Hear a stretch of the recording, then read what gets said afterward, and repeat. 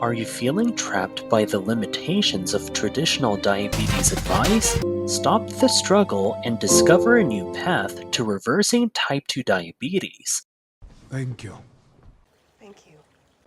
Thank you. Learn how to defy the guidelines and reverse diabetes with a simpler approach. Insulin resistance can be understood as a preliminary stage of type 2 diabetes. Insulin's primary function is to facilitate the movement of glucose or blood sugar into cells for utilization. In cases of insulin resistance, the process of transporting blood sugar into cells becomes challenging, leading to elevated levels of blood sugar after meals. In response to insulin resistance, the body compensates by producing more insulin. This compensatory mechanism may work for some time, maintaining normal blood sugar levels. However, it is not a sustainable solution, and eventually, blood sugar levels start to increase, marking the onset of diabetes.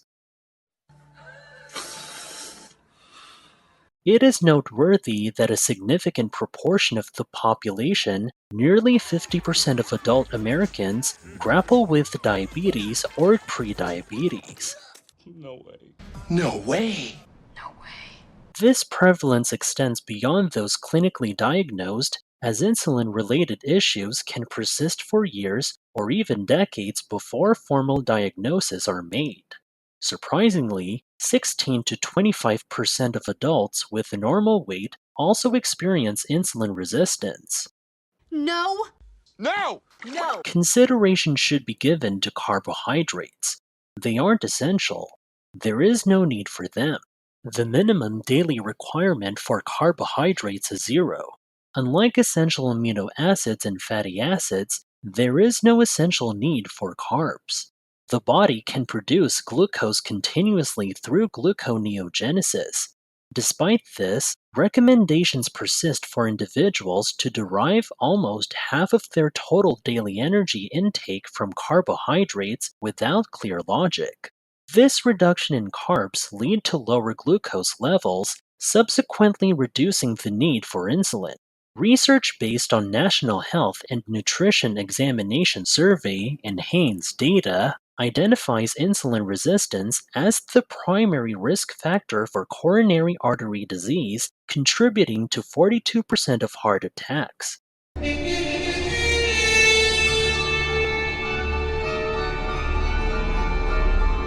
The efficacy of a low-carb intervention is such that individuals can be rapidly weaned off substantial amounts of insulin within a short time frame.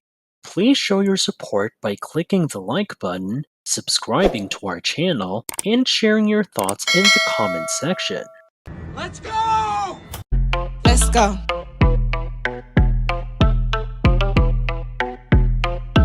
Insulin resistance raises the risk of type 2 diabetes and intensifies hunger and fat storage. Carbohydrates, proteins, and fats affect glucose and insulin levels differently.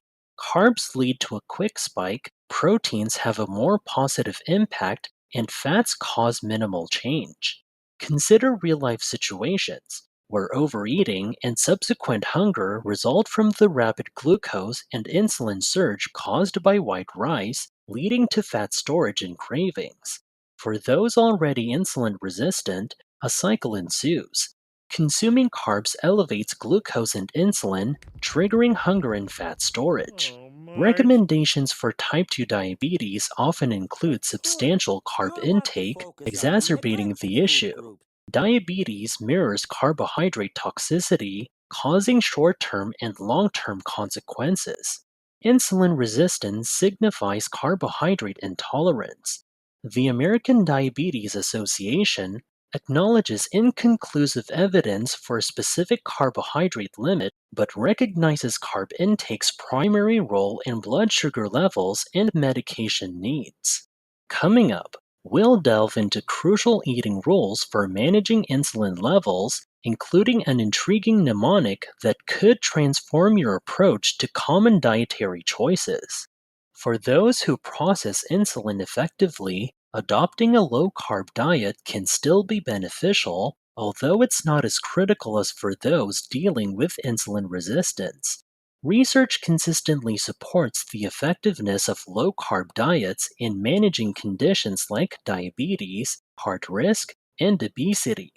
In a clinical study, 50 type 2 diabetic patients on a low carb, high fat program showed significant metabolic improvements and substantial savings on diabetes medications, over $2,000 per patient annually. The low carb group notably reduced insulin by almost 500 units a day compared to the ADA group, which increased it by nearly 350 units a day. This illustrates two diabetes treatment approaches, one aiming to reverse the disease and reduce medication, our approach, and the other aligning with ADA guidelines, viewing diabetes as a progressively medicated condition. However, the widespread adoption of low carb practices faces resistance due to the established status quo and financial interests in maintaining sickness. Specialty guideline panels often have conflicts of interest, hindering the promotion of low carb as the norm. Can individuals be completely cured like a miracle from diabetes? Not exactly. Let's avoid elaborate discussions and comparisons to TV doctors like Dr. Oz. When we say someone is cured, it means the problem won't come back. However, with diabetes, if one returns to consuming excessive carbs, the issue could resurface. So, it's not a cure, but diabetes is no longer present. It's resolved and can remain that way by avoiding the factors that cause it. Consuming fewer carbs doesn't mean consuming zero carbs, and it's not about consuming excessive protein. Some criticize this dietary approach, but those ideas are not accurate. Remember, there are only three main types of food: What type is that? Oh, what type is that? carbs, protein, and fat. Wow. Amazing. If one decreases, one must increase. People following this approach consume a significant amount of fat. However, consuming fat can lead to satisfaction because it tastes good. The following are simple rules for eating, particularly crucial for individuals facing challenges with insulin levels. Rule number 1 emphasizes avoiding products labeled as light, low fat, or fat free in the grocery store. Despite fat removal, such items often contain added carbs and chemicals. Rule number 2 advocates for consuming real food, emphasizing the importance of recognizing natural, non processed options. Eating only what one likes and adhering to hunger cues rather than the clock is essential. The third rule is a mnemonic device: no GPS, meaning abstaining from grains, potatoes, and sugar. Notably, grains can exacerbate insulin issues, especially for the significant portion of the population facing such challenges. Insulin resistance precedes type 2 diabetes, affecting nearly half of American adults. Despite resistance to change, practical dietary advice emphasizing real and natural foods is crucial for managing insulin issues.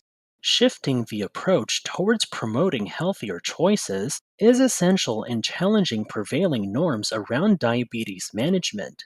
If you found this video useful, kindly show your support by giving it a thumbs up, sharing your thoughts or questions in the comment section, and subscribing for more helpful content in the future. Wishing you the best on your path to diabetes recovery.